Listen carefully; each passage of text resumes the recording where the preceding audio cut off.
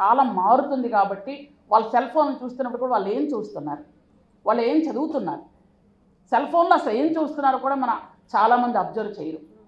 రాత్రిపూట ఫోన్ చూసుకుంటారు, వాళ్ళే పడుకుంటారులే అని వీళ్ళు పడుకుని పోతారు. కానీ రాత్రి పిల్లలు ఏం చూస్తున్నారో దయచేసి చూడండి. అలాగే బయట బాగలేదు కాబట్టి అబ్బాయిల్ని అమ్మాయిల్ని ఒకేలా పెంచండి, అబ్బాయిల్ని అమ్మాయిలా ఒకే చదివించండి, ఒకేలా ధైర్యం చెప్పండి. బయటికి వెళ్ళేటప్పుడు అమ్మాయిని ఎలా జాగ్రత్త అమ్మా, బయటికి వెళ్తున్నావు ఎక్కడైనా కొంచెం చూసుకొని రా అని ఎలా చెప్తారో అబ్బాయిని కూడా జాగ్రత్త, నువ్వు బయటికి వెళ్ళినప్పుడు ఎవరిని ఏమనొద్దు, ఏ అమ్మాయిని కామెంట్ చేయొద్దు, జాగ్రత్తగా రా అని చెప్పండి. అప్పుడే బయట అమ్మాయిలకి సేఫ్టీ ఉంటుంది.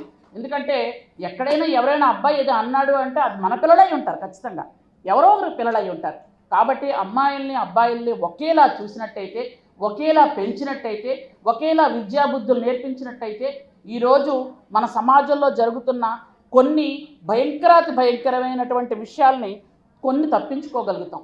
కాబట్టి పిల్లలకి గుడ్ టచ్ బ్యాడ్ టచ్ చిన్నప్పటి నుంచే మనం నేర్పిస్తున్నాం. అంగన్వాడీ సెంటర్స్లో గుడ్ టచ్ బ్యాడ్ టచ్ అనేది చిన్నప్పటి నుంచే వాళ్ళకి పూర్తిగా నూరిపోయాలి, పూర్తిగా చెప్పాలి.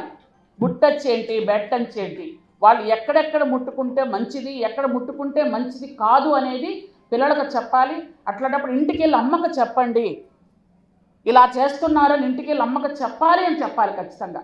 ఇదంతా కూడా మనం మీకు అందరికీ తెలియదని కాదు, నాకు తెలిసిన 2 మంచి విషయాలు చెప్పాలనే ఉద్దేశంతో ఈరోజు చెప్తున్నాం. ముఖ్యంగా ఏంటంటే చదువుకోవాలి. చదువుకుంటే చదువు లేని వాళ్ళకి చదువుకున్న వాళ్ళకి చాలా తేడా ఉంటుంది. దేనిలో అయినా గౌరవ ముఖ్యమంత్రి గారు ఇప్పుడు చెప్తున్నారు అందరూ కూడా వ్యాపారవేత్తలు కావాలి అని. వ్యాపారం చేసేటప్పుడు కూడా చూడండి, చదువుకున్న వాళ్ళు వ్యాపారం చేయటం వేరు, చదువుకోలేని వాళ్ళు వ్యాపారం చేయడం వేరు. ఆలోచన ధోరణిలో మార్పు ఉంటుంది. కాబట్టి చదువుకున్న తర్వాత వ్యవసాయం చేయండి, వ్యాపారం చేయండి, లేదనుకుంటే ఉద్యోగం చేయండి, లేదా మళ్ళా రాజకీయాల్లోకి రండి, ఏదొచ్చినా చదువుకోవాలి.